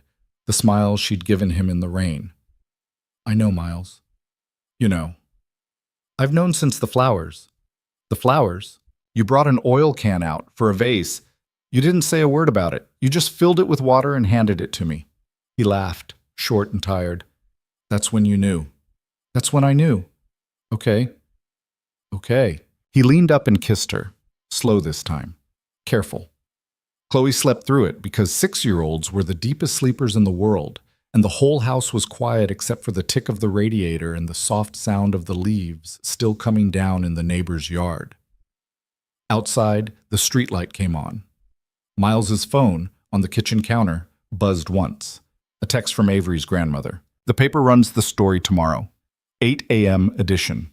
They want a quote from Miles by 6 a.m. Also, I called in the favor about Ruskin Sr. Tell the boy not to worry. Ethel. Miles read it. He showed it to Avery. Avery read it. She looked at him. He looked at her. Neither of them said anything for a long time. Miles was up at 4:30. He had not really slept, but he had done the thing that passes for sleep when you are a man with a problem and a morning coming for you. He had closed his eyes in the dark and let his mind run through the inspection a dozen times, and somewhere around 3 he had lost consciousness for maybe an hour. And when he opened his eyes again, it was already almost time. The kitchen was dark. The coffee pot was already gurgling. Avery must have said it the night before. She had stayed in the guest room. She had offered, once, with a raised eyebrow and a small, tired smile, to sleep on the couch, and he had said no, the guest room, because Chloe was in the house. And Avery had nodded and kissed his forehead and closed the door without making a thing of it. He stood at the counter in his t-shirt and sweatpants and stared at the coffee and thought about what he was about to do, and for the first time in about 3 days, he was not afraid. He was something else. He was not sure what to call it. He was, maybe, for the first time in 5 years, a man who was about to go swing at something that was swinging at him, instead of a man who was trying to keep his head down and hope the punch missed. Avery came out at 5, already dressed, her hair still wet from the shower. She was wearing jeans and a plain cream sweater and no makeup, which he realized, looking at her, he had almost never seen. She looked younger without it. She also looked tougher. You ready? She said. I'm ready. The paper called. Eileen at the Ashford Sentinel. They want you to come by at 6:15 for the quote. I told them you'd be there. Okay. I'm going with you. Okay. She handed him a mug. He took it. Miles. Yeah. Whatever happens today, I just want to say it out loud so it's said you're a good man. Not a perfect one. A good one. And I'm not going anywhere. He looked at her for a second. Then he put the mug down on the counter and he pulled her into his chest and he held her there for maybe 30 seconds without saying anything because his throat had closed up and he didn't trust it. When he let her go, she was wiping her cheek on the shoulder of his t-shirt and pretending she wasn't. Let's go win, she said. Yeah, Eileen at the Sentinel was 68 years old, smoked unfiltered Camels in the alley behind the office on her breaks, and had written 3 books nobody had bought. She had also, according to Avery's grandmother, been the first female City Hall reporter in the county's history, and had once made a mayor cry in print. She looked exactly like a woman who would do that, and when Miles walked into the cramped newsroom at 6:17, she stood up from her desk and jabbed a pencil at him. You Carter? Yes, ma'am. Sit down. You've got 40 minutes until this goes to press. Don't waste them. He sat. Avery sat next to him. Eileen pulled up a digital recorder and set it on the desk between them. Here's what I've got from Ruskin's camp, she said. Somebody, I'm not saying who, but somebody, leaked me 3 complaints filed with the state against your shop over the last week. Overcharging, counterfeit parts, failure to deliver. The source wants me to run the story today, front page, with a follow-up quote from Ruskin about how he's concerned for the community. That's the story I'm supposed to be writing. You with me? I'm with you. So tell me what you've got, Miles told her. He told her about Jared. He told her about the camera footage. He told her about the names on the complaints that were not names of his actual customers. He told her about Mrs. Patterson, who did not own a Buick. He told her he had a state inspection at 9, and that Jared would be present, and that after the inspection, both of them were walking into the police station. He did not mention Avery's family, and he did not mention the phone call her grandmother had made. Eileen listened. She made notes. When he was done, she leaned back in her chair and chewed on the eraser of her pencil. Mr. Carter. Yes, ma'am. You know I could just print Ruskin's version and be done by lunch. I know. Why should I do the harder thing? Miles looked at her for a long moment. Because you used to be the only woman on this beat, he said, and you didn't get there by printing the easy version. Eileen stared at him. Then she laughed, one short, dry laugh, and pointed her pencil at Avery. This one, she said, is Trouble. I can see it. Ethel's granddaughter, right? Yes, ma'am. Your grandmother was Trouble, too, in a good way. Eileen turned back to Miles. You give me the video footage by 7:30. I'll hold the complaint story until after your inspection. If you come out clean, I run both stories side by side with your quote on top. If you don't come out clean, I run the complaint story and I don't mention you called me first. Fair. I don't do favors, Mr. Carter. I don't want favors, ma'am. Good. She stood up. The meeting was over. He stood up. He shook her hand. It was small and dry and cold and surprisingly strong. Go win your inspection, kid. Yes, ma'am. The state inspector was a woman named Karen Whitfield, and she arrived at 8:57 in a gray Honda Civic with government plates, carrying a clipboard and a laptop bag. She was in her late 40s, wore reading glasses on a chain around her neck, and had the specific kind of tired that only comes from a career spent listening to men explain things she already knew. Miles met her at the door. He had put on his cleanest shop shirt. Avery was inside, sitting in the office with Mrs. Patterson, who had arrived at 8:40 in a lavender cardigan and a mood. Jared was in the bay, in a fresh shirt, with a manila folder in his hands that he had not stopped holding since he'd walked in 20 minutes earlier. Mr. Carter. Ms. Whitfield. You know why I'm here. I do. You ready for this? I'm ready. Good. Then let's not waste each other's time. She walked in. She looked around the shop. She clicked her pen. She began. Miles did not try to charm her. He had decided, at 4 in the morning, that the worst thing he could do was charm her. He answered her questions flatly and briefly and completely. He pulled every invoice she asked for. He pulled the logbook. He pulled the customer database. He pulled his tax filings, 3 years back, which he had organized in a banker's box the night before. He showed her the camera, the hard drive, the cleaned-up footage of Jared entering the shop after hours with a key and a USB drive. At about 9:30, he said, very quietly, Ms. Whitfield, I'd like to introduce you to someone before we go any further. Who? Priscilla Patterson. Mrs. Patterson emerged from the office like a small, lavender, extremely dangerous cloud. Ms. Whitfield, my name is Priscilla Patterson, and I live at 412 Elm Street in this town. I have lived here since 1961. I have driven a 1986 Lincoln Town Car for 22 years. I have never in my life owned a Buick. I bring you this, and she produced from her handbag the original handwritten invoice Miles had given her the week before, for the actual and entirely honest work Mr. Carter performed on my actual and entirely real car. I was told there is a complaint filed against him under my name with an invoice for Buick repair work, for a price that Mr. Carter would never in 1,000 years charge any customer, let alone an 81-year-old widow. I am here to tell you, Ms. Whitfield, that if you or your department have been used as a weapon in some kind of dirty little scheme by a person I will not dignify by naming, I will personally call every member of my women's auxiliary, and we will write letters to every state representative in this district until my pen runs dry. Do we understand each other?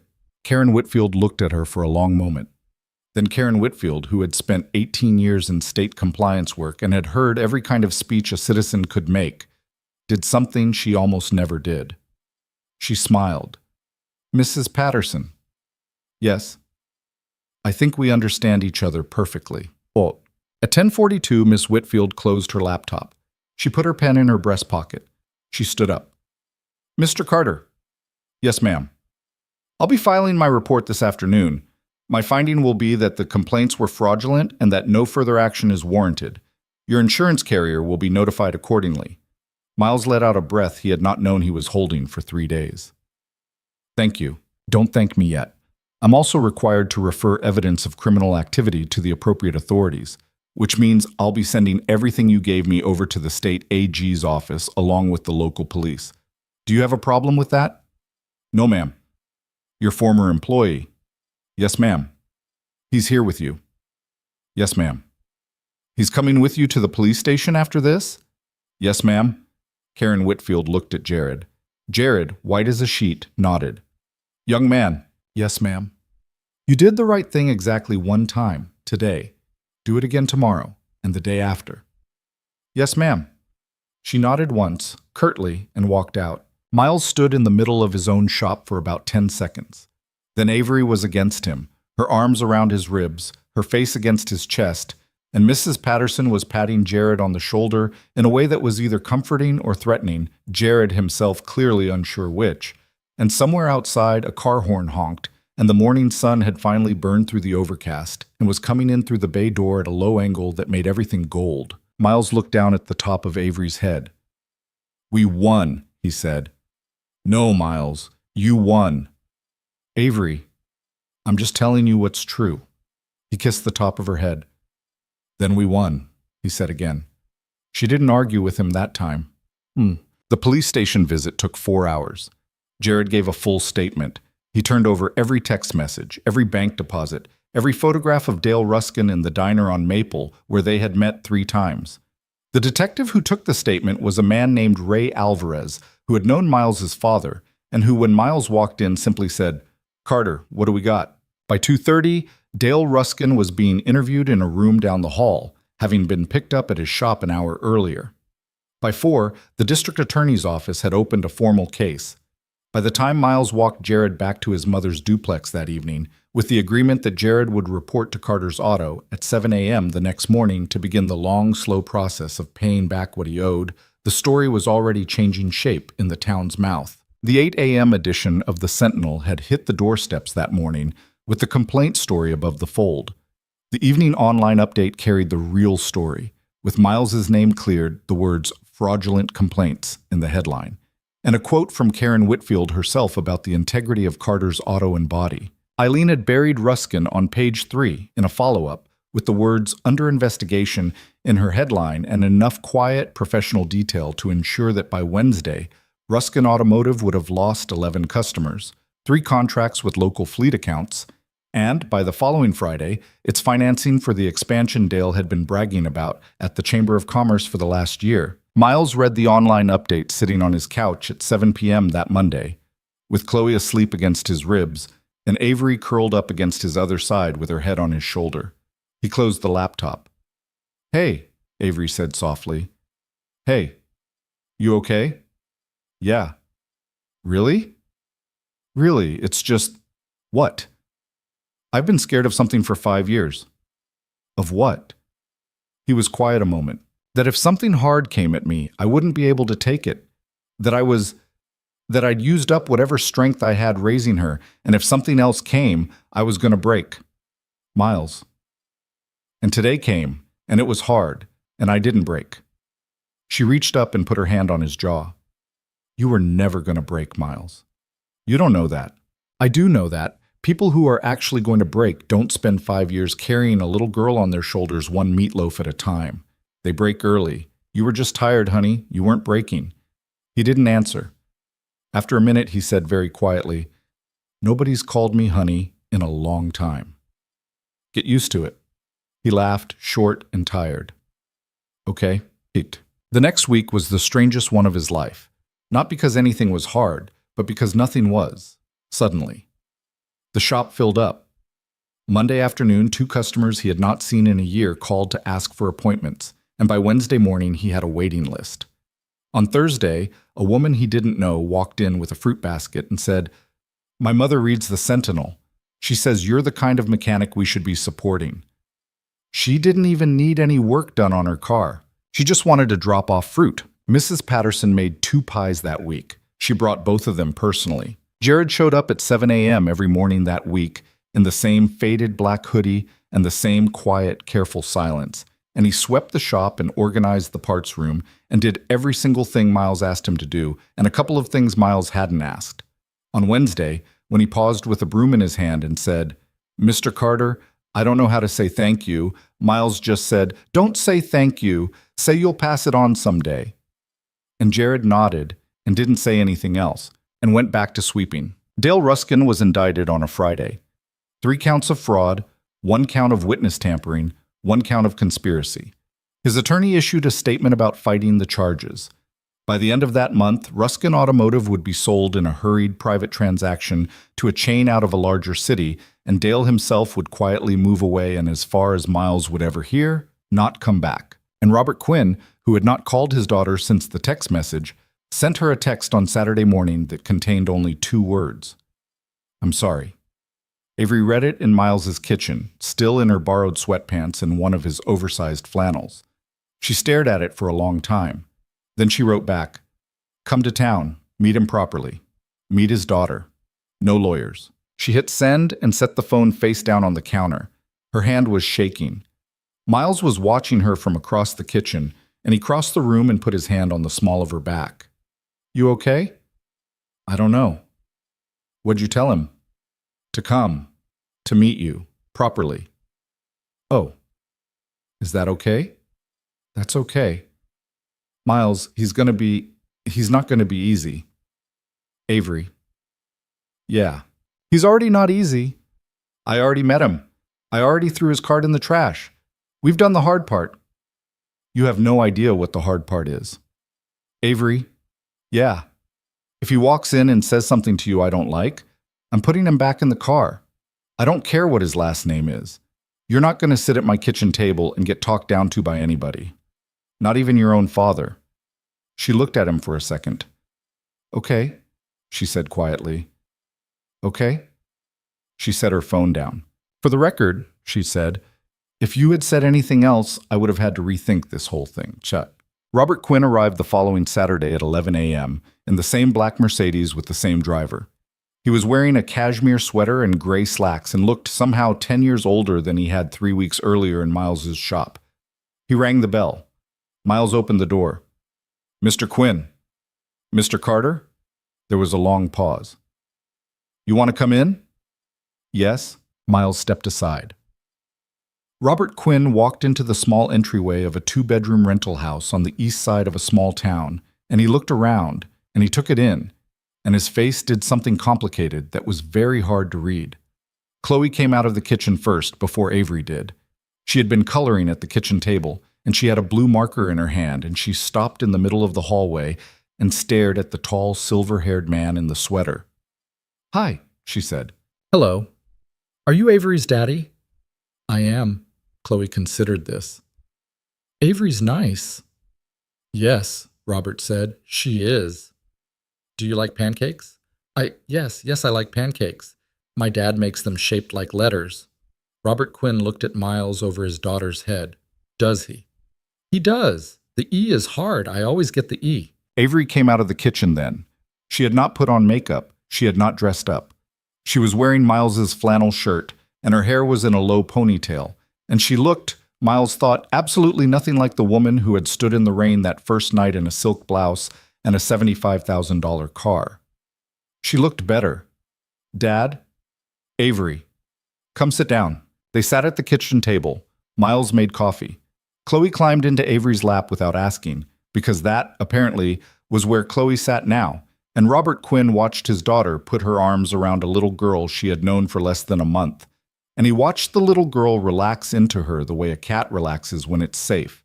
And something in his face shifted, fractionally, the way it had shifted in Miles's shop 3 weeks ago. "Mr. Carter," Robert said. "Yes, I owe you an apology." "All right.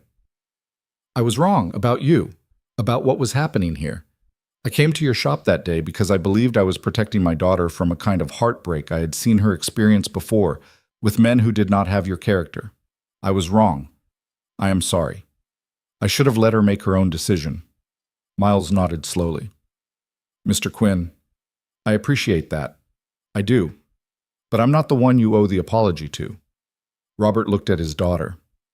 "Avery." "Yeah, Dad. I'm sorry." "Dad. I'm sorry, honey."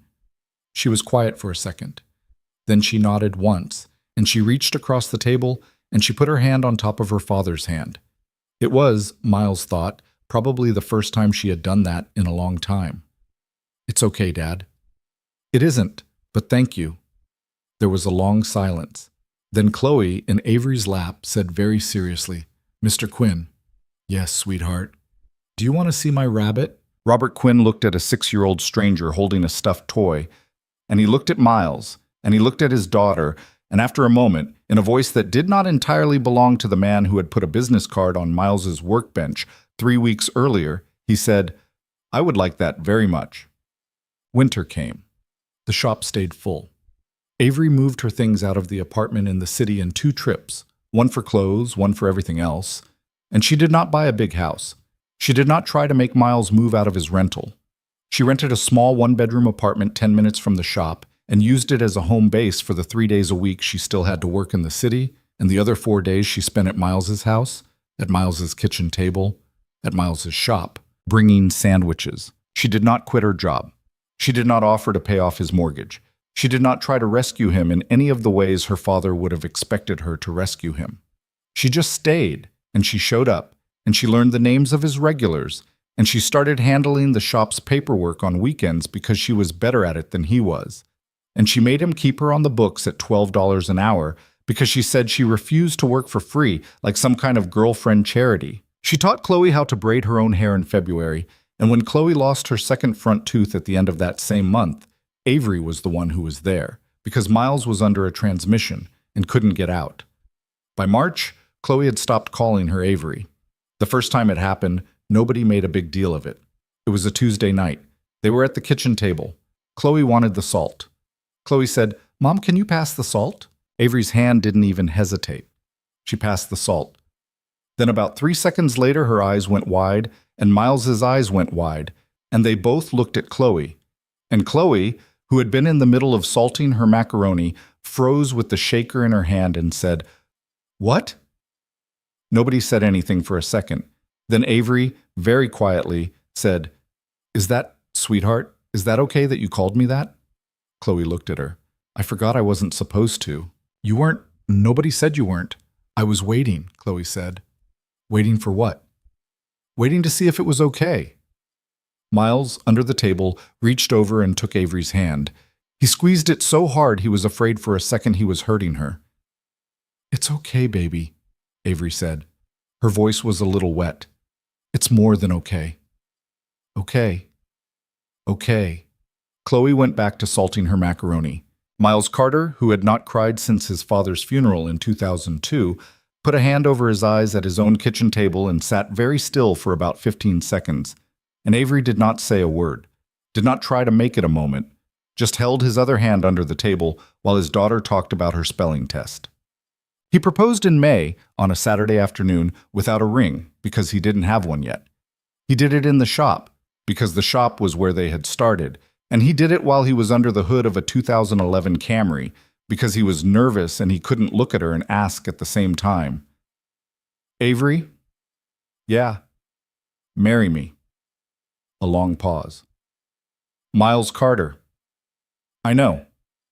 Did you just propose to me with a transmission fluid stain on your shirt?" "Yeah."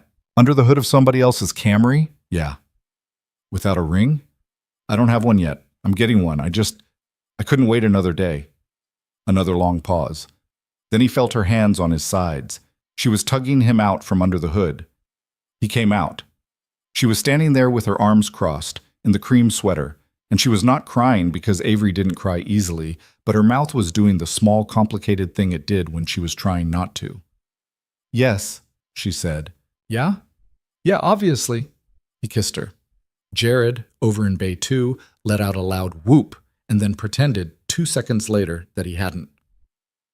Mr. Alvarez, the detective who had stopped by that morning to drop off an update on Dale's case, stood up from where he'd been leaning on the counter and said, "Well, it's about damn time." Chloe, at the office desk, coloring, looked up and said, "Is this the grown-up talk part?" "No, baby," Miles said, without taking his eyes off Avery. "This is the good part." They got married in October, almost a year to the day after a cherry-red BMW had died on the side of Route 9 in a rainstorm. It wasn't a big wedding, it was in Louise's backyard. There were 32 people, and one of them was Mrs. Patterson, and one of them was Robert Quinn, and one of them was Avery's grandmother Ethel, who when she met Louise took Louise by both hands and said, "We should have been friends 40 years ago." and the two of them sat together in the same lawn chairs all afternoon and did not get up even once. Chloe wore a yellow dress because she had picked it out herself, and she carried Mr. Whiskers down the aisle because she had refused to consider any alternative. Jared drove his mother to the wedding and stayed to help clean up afterward. And he had, by then, been working at the shop for 11 months and was enrolled in a night program at the community college to get his associates in business, and he had paid back every dollar he had owed. Miles stood under a tree in his mother's backyard in a navy blue suit Avery had bought him and a tie Chloe had picked out, and he watched Avery walk toward him on her father's arm, and he thought about the boy he had been at 19 and the man he had been at 27 when Sarah had left, and the man he had been at 32 standing in the rain next to a broken BMW, and he thought about how wrong he had been all of those years, about what he had to carry and why. He had spent so long believing that loving somebody meant keeping them out of the ugly parts of your life. He had spent so long believing that strength was a room you stood in alone.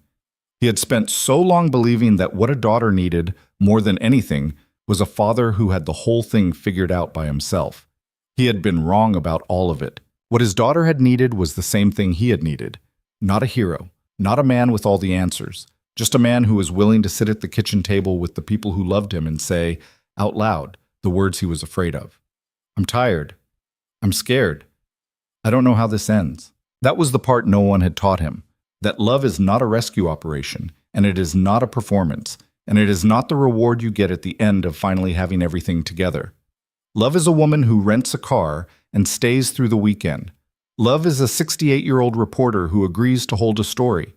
Love is a mother who pours you coffee at a kitchen table and tells you your father almost made the same mistake. Love is a 19-year-old with a stolen USB drive who gets offered a second chance by the man he tried to ruin. Love is a 6-year-old who waits quietly, patiently, for months to see if she is allowed to say the word that was in her mouth all along. Love is not perfect. None of the people standing in that backyard were perfect. Avery was stubborn and proud, and sometimes spent money in ways Miles didn't understand. Miles was guarded and too quiet and sometimes worked 12 hours when he should have worked 8.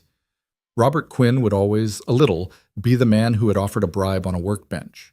Louise would always, a little, be a woman who had learned to worry before she had learned to trust. Jared would always, a little, be a kid who had done the wrong thing for a reason that was almost understandable. That was the whole point. That was the only point. The people you build a life with are not people who never fail you. They are people who fail you and then stay. They are people who watch you fail and stay. They are people who look at the worst thing you have ever done or the worst thing that has ever been done to you and do not flinch and do not leave and do not make you earn forgiveness with a speech. They just stay. Avery reached him at the end of the aisle. She had tears in her eyes. Her father was crying, which Miles had not thought was possible. Ethel was holding Louise's hand. Chloe was clutching Mr. Whiskers like a bouquet and looking up at the two adults like she was personally responsible for the entire arrangement, which she kind of was. Hi, Avery whispered. Hi. You ready? I've been ready. Okay. Okay. He took her hand and he held it, and he did not let go for a very long time. Chloe tugged on Avery's dress. Mom. Yeah, baby. Can I hold the rings part? Yes, sweetheart. You can hold the rings part. Chloe took the rings. Chloe turned gravely to the 32 people sitting on folding chairs in a small backyard in a small town on a cold, bright October afternoon. And Chloe, age 6, with one sock slightly higher than the other and Mr. Whiskers under one arm, lifted up her other hand and said, in the clearest voice her father had ever heard from her, "We're ready now." And Miles Carter, a 33-year-old auto mechanic, who had spent 5 years believing that the best he could ever hope for was to not get hit by anything else, put his hand over his daughters and his fiancées at the same time, and he did not think about the past, for once. He just stood there, in his mother's backyard, in the last golden light of an October afternoon, and he let himself be exactly where he was, which was home, which, it turned out, was not a place he had built alone, which was the whole lesson in the end. The one he'd been refusing to learn for 5 years. The one a woman had knocked on his door in a rainstorm to teach him. That a man who tries to carry everything by himself will eventually drop the one thing that matters. That pride, dressed up as responsibility, is still just pride. That the word alone sounds strong when you say it out loud, but it sounds very small in a house with no one in it. He had almost missed it. He had almost sent her home. He had almost let a man in a charcoal suit write the ending of his life for him, and he had almost let his own fear do the same thing. But he hadn't. He had opened the door. He had let her in. He had told his mother at a kitchen table, out loud, that he was scared. He had given a 19-year-old kid a second chance instead of a prison sentence. He had stood, eventually, at the end of an aisle in his mother's backyard and held the hand of the woman who had turned around at exit 22 and come back to him, and he had stopped being afraid of the good thing. That, he understood now, was the only brave thing a man could ever really do. Not refuse the help. Not shoulder the weight. Not protect the people he loved from his own life, but let them in. All the way in, where the hard things were, where the fear lived, where the 2-bedroom rental and the leaky roof and the daughter with her second missing tooth and the broken pieces of a man's self-respect were all just lying around on the floor. Let them in. And then stay. And let them stay. That was the whole story. That had always been the whole story. The mechanic and the heiress and the little girl who called her mom before anyone ever said the word out loud. 3 imperfect people. 1 real family, built not on perfection, but on the small, stubborn, unglamorous decision made over and over again every morning for the rest of their lives, to stay.